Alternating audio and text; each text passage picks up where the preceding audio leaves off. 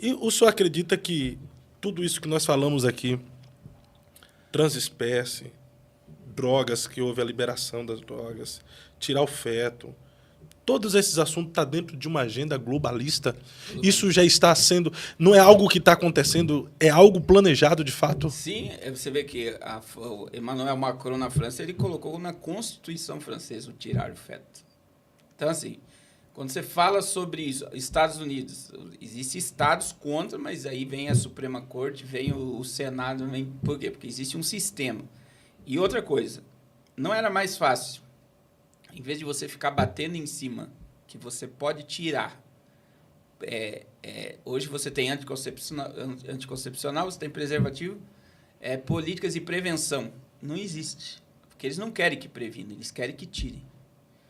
E aí, eu digo como pastor, que é uma agenda global, isso amplia e no Ocidente, né?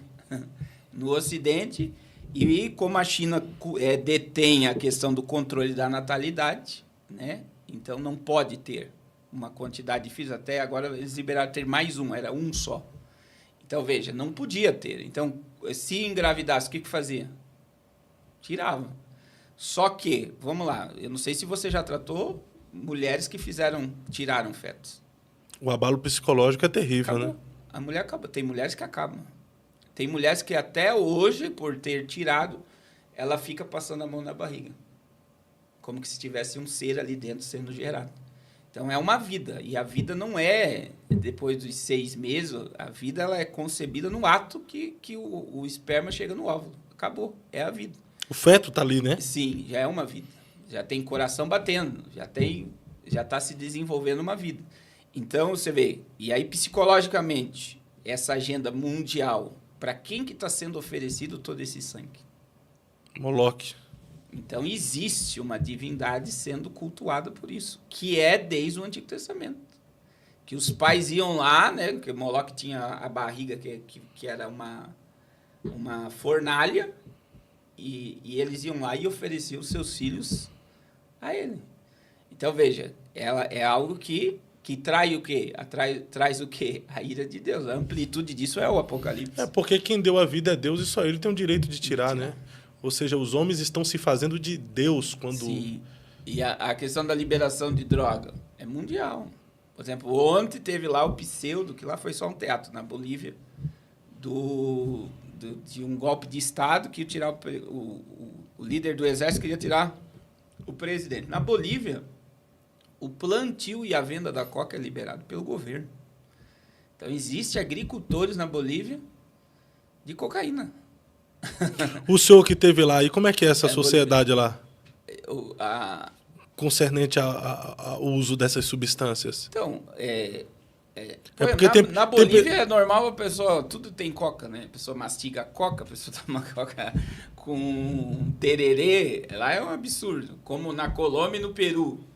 Então, assim... Mas a gente tem que analisar o quê? É venda muito barata, vicia muito os trabalhadores que trabalham nisso e jovens, e está alimentando quem? Então, por que tem um comércio tão grande de coca? É porque tem que ter venda. E se você amplia, você está entendendo? E tem que ter dependente, né? E aí entra no que a gente falou lá no início, uma sociedade dependente, ela é escrava. Ela é facilmente manipulada. Então, veja bem, você é entorpecido, você não vê o que está acontecendo à sua volta. E é o que... Quanto mais cego você tiver por o que está sendo criado, mais fácil as coisas acontecem. Ô, pastor, então se o senhor fala que existe um planejamento para tudo isso que está acontecendo dentro dessa agenda globalista, progressista, então o senhor acredita na existência dos senhores do mundo, famílias que governam o mundo nos bastidores de tudo? Sim, quando a gente tem que... Eu sempre digo que aquilo que o Senhor Jesus rejeitou, né, as famílias receberam, né? Quando você estuda sobre os Illuminates, lá que surgiu lá na Baviera, grupo de francos maçons que tiveram um princípio de governo mundial. Então, logo após o surgimento deles veio o Papa, né? O Papa deles é o Albert Pike. E é muito interessante que os escritores busquem aí, é só colocar no Google lá, as cartas de Albert Pike sobre as guerras mundiais. Então, Albert Pike falou de um domínio global através de 3G mundial. 2 já aconteceram e a última ele fala que vai ser o estupim da terceira G mundial vai ser criado por muçulmanos e Israel. E veja que Albert Pike ele dá todo o regimento de uma ordem mundial. Aí logo após Albert Pike vem eu estou citando assim, pessoas que influenciaram o mundo. Sim. Dentro desse conceito de um governo único. Vem o próprio Karl Marx. Se você pegar a história do fim de Karl Marx, ele morreu num dos apartamentos da família Rothschild, que hoje é detentora do Banco Central Mundial e é uma das famílias mais poderosas do mundo. Então, ele teve financiamento, que foi o que influenciou no comunismo chinês, e diz toda uma história de Karl Marx. Essas figuras, tanto do iluminismo da Baviera, quando você vê Albert Pike, quando você vê Karl Marx, se amplia para a mudança comportamental da sociedade depois de Aleister Crowley, que foi o mentor, ele era conhecido como 666, que foi pós-guerra. Então, Aleister Crowley ele surge durante as guerras e cria a ideia de uma sociedade alternativa, uma sociedade anti-Deus, uma sociedade libertina. Veio o movimento rock and roll, o hippie, financiamento. Daí, quando você pega o financiamento de droga, quem financiou foi a CIA, para ver o comportamento da sociedade. 40 milhões de mulheres americanas perderam filhos ou esposo na guerra. 40 milhões de pessoas no mundo, né? Sim, Não, sim. Mas os Estados Unidos foi um dos mais afetados e baixa de Então soldados. eles faziam do homem um próprio experimento. Sim, e aí vem. E veja que dentro da criação da Segunda G Mundial estava plantado o Estado de Israel e a ONU. A ONU ela surge, que é o quê? A Organização das Nações Unidas. A ONU trabalha para quê? Para um único governo, uma única moeda e uma única religião. Que a base de tudo isso hoje, que todos deveriam estudar, é a Agenda 2030, que é a agenda do totalitarismo. Então, veja bem, a ONU surge quando entre o fim da Segunda Guerra Mundial. E a ONU hoje é o braço do globalismo. Aí, quando você estuda sobre isso, logo após o surgimento da ONU, surgimento do sistema bancário central e mundial, vem o FMI, Fundo Monetário Internacional. A gente pensa, o Banco Central do Brasil. Nunca foi do Brasil. O Banco Central é uma agência do Banco Mundial. O Brasil não tem poder sobre o dinheiro. Se quiser imprimir dinheiro, ele tem que pedir ordem. Então, existe uma lógica que tudo caminha por um comando. Existe um comando sobre o mundo e sobre as nações, que é regido pelo espírito do anticristo. Então, veja bem, vem o FMI. Surgiu o FMI. Qual é a função do FMI? Por exemplo, eu sempre digo isso, Fábio. O Brasil é o país mais rico do mundo. O Brasil tem a maior reserva de água, alimento, nióbio, que é o ouro do momento, ouro branco. Movimento, tecnologia, grafeno, petróleo.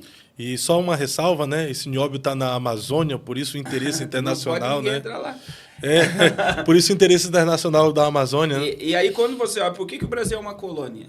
E eu digo sem medo de errar. Por exemplo, só o nióbio. Quem é que movimenta o nióbio no Brasil? Nunca foi o governo. Que movimento? É o Banco Mundial. Até o preço de mercado do que vende é o Banco Mundial, porque já pertence ao Banco Mundial. E na época do antigo presidente, eles diziam, ele vai abrir as reservas, o PIB do Brasil, porque o nióbio do Brasil coloca o PIB do Brasil, o Produto Interno Bruto, acima do americano. O Brasil fica mais rico que a América. E o presidente vai liberar e tal. Cadê? Ele nem mexeu e ninguém nunca mais falou nada sobre isso, porque o nióbio já não pertence ao Brasil. A maior reserva de água potável da Amazônia pertence à Coca-Cola e à Nestlé. A água já está nas bolsas de valores como commodity, como petróleo. Porque vai haver uma escassez gigantesca de água no mundo e a água vai ser vendida como petróleo. Caramba. Então, assim, e existe uma ideia do FMI, qual era? Todos os países estão endividados por causa da guerra. Como está acontecendo novamente agora. O que o FMI fez foi lá e endividou os países. A gente vai emprestar dinheiro. E a dívida é impagável. E não tem como o país dizer, não, eu quero pagar a dívida. O Enéas dizia muito isso. O Enéas falou, se a gente pegar todo o dinheiro da Amazônia, a gente paga a dívida externa no Brasil e se liberta do mundo. Só o dinheiro da Amazônia. e ainda sobra riqueza. Então, quer dizer, o Brasil é uma colônia. Então, qual foi a função do FMI dentro do braço do globalismo? Endividar os países. Depois do FMI, surgiu o Clube Bilderberg. A reunião do Clube Bilderberg foi agora em maio. Uma reunião ultra secreta. Primeiro, esse clube, o que ele é? Então, esses são os mentores do que rege o mundo. Então, a reunião do Clube Bilderberg. Sim, existe o livro, existem jornalistas falando. É muito bom quem está assistindo aí ler o livro Os Donos do Mundo. Não é um livro cristão, mas é de uma jornalista americana que estudou todo esse princípio. Então, veja bem, o Clube Bilderberg faz parte de todas as famílias e eles que regem o que vai acontecer com os países. Depois do Clube Bilderberg, olha só, uma sequência, que são braços desse sistema, dessas famílias de poder mundial. Vem o Fórum Mundial Econômico, do Klaus Schwab, que não é um político, mas domina o mundo. Ele influencia toda a política mundial. Então, todo mês de janeiro, nós temos a reunião do Fórum Mundial Econômico, na Suíça, em Genebra, na Suíça. E depois, aí agora vem o pior, que é a BlackRock, que é a financiadora e a detentora de toda a riqueza mundial. Hoje está tudo na BlackRock. Então, quando você pega quem faz parte do conglomerado da BlackRock, são 10 corporações que detêm o poder de tudo que a gente consome hoje. Então, veja bem, toda a riqueza do mundo está na mão de 10 corporações. Sistema bancário, sistema de mídia, sistema de agro, sistema farmacêutico, sistema de moda, sistema de carro, toda essa logística está na mão de poucos. Então, qual é o sistema? É controle mundial. É onde você encontra a resposta para tudo isso. Não é uma teoria. E agora, é muito importante que todos percebam agora que existe uma fala. E essa fala, as pessoas não percebem. Se você pegar, o Vladimir Putin teve na Coreia do Norte, com Kim Jong-un. Os dois falaram sobre uma nova ordem mundial. Vladimir Putin ganhou para presidente da Rússia e foi na China. Xi Jinping e Vladimir Putin falaram de uma nova ordem mundial. Todos os discursos do Lula fora do país. Nós precisamos de uma nova ordem mundial mais pacífica. Príncipe herdeiro da Arábia Saudita, uma nova ordem mundial mais pacífica. Líder da África do Sul, ordem mundial, que é o BRICS. Então, nós estamos diante de uma transição para uma nova ordem mundial. Está acontecendo. Está acontecendo. O cenário está sendo montado. Está sendo montado. E tudo isso dentro de uma agenda que começa em 1700. Agora, deixa eu fazer uma pergunta para o senhor. Existe todo um cronograma. O senhor que é atenado nesse tema aí, o que o Simpsons, o desenho, tem a ver com isso tudo? Porque ele sempre faz algumas previsões que se tornam realidade. Então, na realidade, são alguns braços. Os Simpsons... ele carrega a mensagem preditiva dos acontecimentos. A revista The Economist, que a revista The Economist é da família Rothschild, né? É do Banco Central, Banco Mundial. Então, é uma revista de economia, mas se você pegar todas as capas da The Economist como reportagem, eles deixam ali, por exemplo, a The Economist divulgou que o Lula seria o novo presidente e a Marina Silva seria a ministra do Meio Ambiente em setembro, antes das eleições. Eles colocaram o Bolsonaro bem pequenininho, a bandeira do Brasil, e ali eles te deixaram uma mensagem escrita sobre o futuro do Brasil. Então, veja bem, a revista The Economist anuncia essa previsão, os Simpsons e as Cartas Illuminati. As Cartas Illuminati é de 1995, já falava da queda das Torres Gêmeas, quarentena, totalitarismo, guerra civil, tudo. A gente não fala as picadas aí que deram depois da pandemia, tudo está lá no jogo Illuminati de 95. Então, existe as cartas, né, do jogo Illuminati também são mensagens preditivas. Então, são mensagens subliminares. Mostrando o futuro. Então, quer dizer...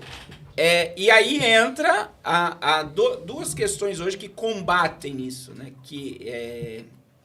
Uma é teoria da conspiração. Então, quando americanos começaram a enxergar isso, a indústria de Hollywood começou a colocar filmes inspirados em teorias conspiratórias. Então, quer dizer, aí quando as pessoas elas começam a enxergar essa realidade que ela é muito forte, qual é o primeiro gatilho mental que você tem? É uma teoria de conspiração. Então, para muita gente que vai estar me ouvindo, mas esse cara é um teórico. Por quê? Porque o cérebro já foi programado. Outra coisa... Eu, só interrompendo, eu lembro que quando eu me converti, eu ganhei alguns DVDs do Prepare-se, sim, do Rubens. E muitas coisas, Sim. não tudo, mas muitas coisas que ele falava lá... Aconteceu, entendeu? Igual ele falou. Igual ele falou. Igual. Sim. Até essa questão dessa doença mundial que houve no mundo. Ele falava. Quem assistiu aquele Prepare-se, quando começou a viver a doença mundial, despertou na hora. Poxa, eu já ouvi sobre isso Já que a gente está tava. vivendo. A dizimação de um número Sim. de habitantes, de pessoas. Que é a redução de população. É a redução de população. Se tornou uma realidade, querendo ou não. Sim, e aí o Rubens foi um dos precursores, né, de tudo isso, e ele trouxe uma ideia, e todo mundo chamava ele do quê? Louco. De teórico. Porque é muito forte a realidade. Só que agora, como a teoria da conspiração perdeu força, se criou a fake news. Então, o que é a fake news? Qualquer notícia forte, que nem o que eu estou falando aqui agora, para muita gente vai dizer, isso aí é um propagador de fake news. Por quê? Porque quando eu estou diante de uma realidade muito forte, o meu cérebro não quer aceitar aquela realidade. Então, eu tenho um gatilho mental dentro do meu cérebro dizendo, isso é fake news. Então, eu não quero acreditar nisso. Então, para mim, eu crio um mecanismo que aquilo é uma mentira. E aí vem hoje, quando a gente fala sobre isso, fala muito de Matrix, né? Ô, pastor, mas também seria aquela questão quando tu quer apresentar algo que está além dos nossos olhos, né? Gera um choque, né? Isso, que daí é o que eu vou falar da teoria de Platão, que é a questão da Matrix, né? Eu vou conjecturar aqui, mas a teoria de Platão é o quê? A humanidade aprendeu a viver dentro de uma caverna. E ela acha que aquela é a realidade. Então, ela é condicionada àquilo. E aquilo é a minha verdade. Então, lá na caverna tem uma fogueira, todo mundo está em volta da fogueira. E imagine que o Fábio vive nessa sociedade e o Fábio viu a porta e fala, eu vou sair da caverna. Aí imagine que você sai da caverna e você vê flores, você vê árvores, você vê fruto, você vê rio, você vê peixe, você fala, meu Deus. Existe um mundo aqui fora. Olha que vida maravilhosa que está aqui fora. Aí você pensa... É muito egoísmo eu ficar aqui sozinho. Aí você entra na caverna e diz, tem vida lá fora, vamos sair da caverna. Na teoria de Platão, eles pegam o Fábio e matam o Fábio. Porque é doloroso demais sair da caverna. Então, o que acontece? A sociedade está hipnotizada. Então, quando você vai tentar abrir os olhos, ela te espanca. Uau. Porque ela está presa. Isso é forte. Ela está presa, ela está totalmente hipnotizada na tela, está hipnotizada na série, ela está totalmente distraída, ela está entorpecida, ela está drogada, ela está cheia de antidepressivo, ela está acelerada. Entretenimento, então, Netflix, né? E ela não vê nada, e aí entra o grande quê da ausência da palavra para onde tudo isso está caminhando, que é muito forte você estudar isso, porque o que foi roubado do homem? O princípio da eternidade. O homem ele só crê no que está aqui. Ele não vê nada fora desse ambiente, desse momento. Então, e biblicamente, daí Paulo, 2 Coríntios 4, né? Ele vai dizer que tudo que existe não existe. É uma doideira que Paulo fala. Não se atente às coisas que você vê. Porque tudo que a gente vê no âmbito físico é temporal. Mas se atente naquilo que você não vê. Porque o que você vê é passageiro, é momentâneo. E o que você não vê é eterno. E no que as pessoas estão hipnotizadas? Só no que vê. E elas não percebem que a vida real é fora daqui. Então, a vida real é a vida eterna, é o que Cristo ofereceu para nós. Então, e esse confronto, Fábio, ele está dentro do sistema religioso. Eu vivo isso dentro do meu sermonário, do que eu prego, do que eu vivo. Então, até 2010, a minha agenda era abarrotada. Então, vamos lá, até dentro do próprio sistema religioso, vamos usar a expressão aqui, até dentro da igreja mesmo, denominações, há esse confronto contra essa verdade. Contra essa verdade, eles não querem. Por quê? Porque é doloroso demais eu acreditar em toda a questão profética. Então, eu pego parte da Bíblia, que é a parte do amor, da graça, do perdão, da misericórdia, e eu me esqueço da ira, do juízo de Deus. Então, o que acontece hoje, dentro dos altares, dentro desse sistema religioso da igreja, muitos pastores não querem que pregue contra pecado, volta de Jesus, quer seja tribulacionista, né? Uhum. Volta de Jesus, ou arrebatamento, quer fale de ira de Deus, quer mostre, né, que o mundo caminha para o totalitarismo. A gente está na manifestação do totalitarismo mundial com o fim do dinheiro digital. Então, quando você começa a mostrar, eles ficam irados. É um confronto. Por quê? Porque destrói tudo que eles estão construindo. Porque tudo que está se construindo dentro de sistemas religiosos não está ligado ao céu, mas à terra. Então, o vínculo com a terra, é por isso que eu amo o Apocalipse. O Apocalipse, ele tira você da terra. O Apocalipse, ele te revela o real. Uhum. Ele te leva para o estado eterno. Então, a gente vive como que se fosse imortal e que nada está acontecendo. Então, eu ouço muitas vezes obesos, não, eu vou ver meus bisnetos casar, eu vou ver meu neto se formar, eu vou ver meu filho crescer, como que se a volta de Jesus ou a ira de Deus fosse algo para daqui 100 anos. Por quê? Porque tá bom demais. Eles acham que vai dar tempo, né? Eu tô na caverna, tem uma fogueira, eu tô me aquecendo, eu tô entretido, eu tô na tela, eu não enxergo o que tá acontecendo. E o mundo tá um caos. E o mundo já está um caos e caminha para o juízo.